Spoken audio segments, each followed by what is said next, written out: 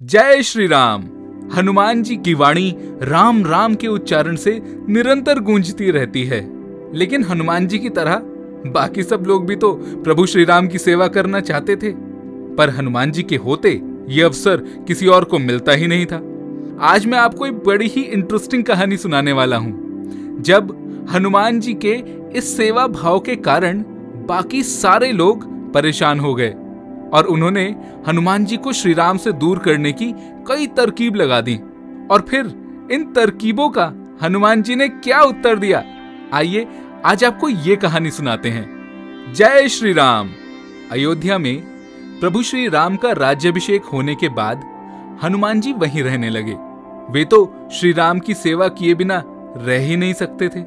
सच्चे सेवक का लक्षण ही ये है कि वो आराध्य के चित्त की बात जान लिया करता है। उसे पता रहता है कि उसके स्वामी को कब और क्या चाहिए और कब क्या प्रिय लगेगा।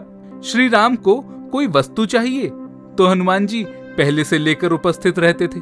किसी कार्य, किसी पदार्थ के लिए संकेत तक करने की आवश्यकता नहीं होती थी श्री राम को, क्योंकि हनुमान जी पहले से ही जान लेते थे कि उनके प्रभु को क्या चाहिए। हनुमान जी की इस सेवा का परिणाम यह हुआ कि अयोध्या लौटने के बाद भी भरत आदि सभी भाइयों को श्री राम की सेवा का कोई अवसर प्राप्त ही नहीं होता था। सबने बड़ी कोशिश की। हनुमान जी को कई बार इशारों इशारों में ये कहा भी कि हनुमान जी हमें भी प्रभु श्री राम की सेवा का अवसर दें, पर हनुमान जी कहाँ मानने वाले थे। उन्हें तो अपने और भगवान श्री राम के बीच और कोई नहीं चाहिए था। अब हनुमान जी से ये अवसर कैसे छीना जाए, ये सोचते सोचते सभी का बुरा हाल हो गया। पर फिर सबने मिलकर एक योजना बनाई और माता सीता को अपनी ओर मिला लिया। भरत और शत्रुघ्न ने मिलकर भगवान श्री राम की समस्त सेवाओं की सूची बनाई और उस सूची में ये लिख दिया कि प्रभु की कौन सी सेवा कब और कौन करेगा। अगले दिन जब हनुमान जी प्रातःकाल सरयू नदी में स्नान करने गए, तब अवसर का लाभ उठाकर तीनों भाइयों ने सूची श्री राम के सामने रख दी। प्रभु ने देखा कि सूची में कहीं भी हनुमान जी का तो नाम ही नहीं है, पर तब भी भगवान श्री राम ने मुस्कुराते हुए उस योजना पर अपनी स्वीकृति दे दी। हनुमान जी को इसके बारे में कुछ भी पता नहीं था। कुछ समय के बाद जब हनुमान जी सरयू नदी में स्नान करके वापस लौटे और श्री राम के पास जाने लगे, तो उन्हें द्वार पर ही भाई शत्रुघ्न ने रोक दिया और कहा, आज से श्री राम की सेवा का प्रत्येक कार्य विभाजित कर दिया गया है, जिसके लिए जब जो सेवा निश्चित की गई है वो सेवा वही करेगा। और हाँ हनुमान, इस बात को श्री राम ने भी अपनी स्वीकृति दे दी है। ये बात सुनकर हनुमान जी बोले कि जब प्रभु ने स्वीकृति दे ही दी तो भला इस बारे में क्या ही कहना। आप मुझे सेवा की व्यवस्था बता दीजिए, मैं अपने भाग की सेवा करता रहूंगा। तब भरत, लक्ष्मण और शत्रुघ्न तीनों भाइयों ने मिलकर सेवा की सूची हनुमान जी को सुना दी। उसमें हनुमान जी का नाम कहीं था ही नहीं। उन्हें कोई सेवा दी ही नहीं गई थी, क्योंकि कोई सेवा बची ही नहीं थी। ये सूची सुनकर हनुमान जी ने बड़ी चतुराई से कहा, इस सूची में जो सेवा बच गई है वो मेरी।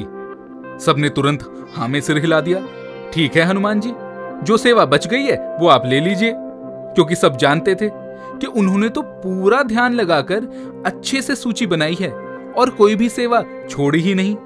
फिर भला हनुमान जी कौन सी सेवा करेंगे। पर फिर हनुमान जी ने कहा कि मैं बची हुई सेवा करने के लिए तैयार हूं, लेकिन बस एक बार प्रभु श्री राम इस बात पर अपनी स्वीकृति दे दें। इस पर तीनों भाई और हनुमान जी मिलकर श्री राम के समक्ष पहुंचे और उनसे इस बात पर हामी भरवा ली।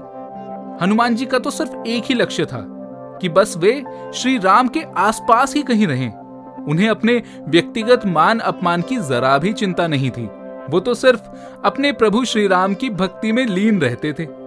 भगवान श्री राम की स्वीकृति मिलते ही हनुमान जी ने तीनों भाइयों को बताया कि प्रभु श्री राम को जब जब जम्हाई यानी उबासी आएगी, तब उनके सामने चुटकी बजाने की सेवा मेरी। ये बात सुनकर सभी लोग चौंक गए, क्योंकि इस सेवा पर तो किसी का ध्यान गया ही नहीं था। लेकिन अब कुछ नहीं किया जा सकता था, क्योंकि अब तो इस पर प्रभु श्री राम की स्वीकृति हनुमान जी को मिल चुकी थी। अब इस चुटकी वाली सेवा के कारण हनुमान जी राजसभा में दिन भर श्री राम के चरणों के पास उनके मुख की ओर टकटकी लगाए बैठे रहे। क्योंकि जमाई आने का कोई समय तो होता नहीं। जैसे ही श्री राम को जमाई आती, हनुमान जी चुटकी बजा देते। फिर रात्रि हुई, तब स्नान और भोजन करके श्री राम अंतःपुर में विश्राम करने पधारे तो हनुमान जी भी उनके पीछे पीछे चल दिए। ये देखकर द्वार पर एक सेविका ने उन्हें रोक दिया और कहा, हनुमान, आप भीतर नहीं जा सकते, क्योंकि ये तो प्रभु श्री राम के आराम करने का समय है। हनुमान जी मान गए और वहां से हटकर राजभवन के ऊपर एक छज्जे पर जाकर बैठ गए और लगे चुटकी बजाने। पर ये क्या हुआ, श्री राम का मुख तो खुला रह गया। ना वे बोलते हैं, न संकेत करते हैं, केवल मुख खोले बैठे हैं। श्री राम की ये दशा देखकर सीता मैया व्याकुल हो गईं।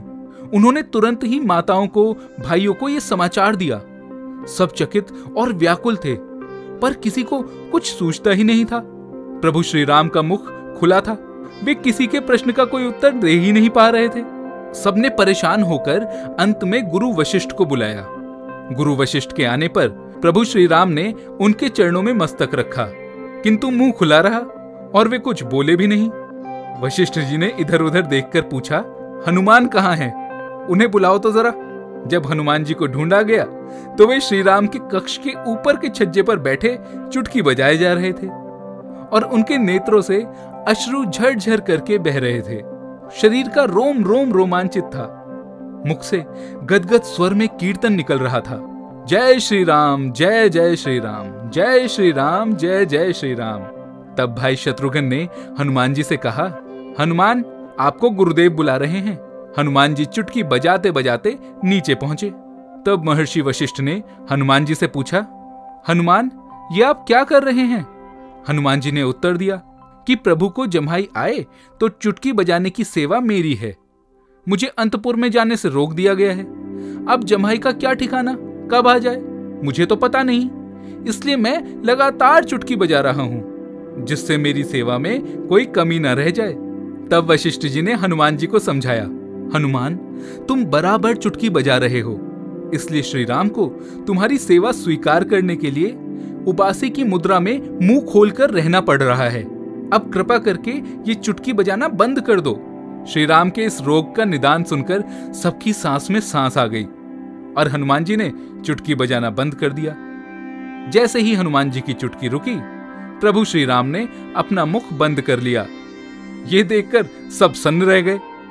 पर हनुमान जी हंसते हुए बोले, तो क्या मैं यहीं प्रभु के सामने बैठ सकता हूं और सदैव सभी जगह जहां जहां वे जाएं उनके मुख को देखता हुआ साथ बना रहूं?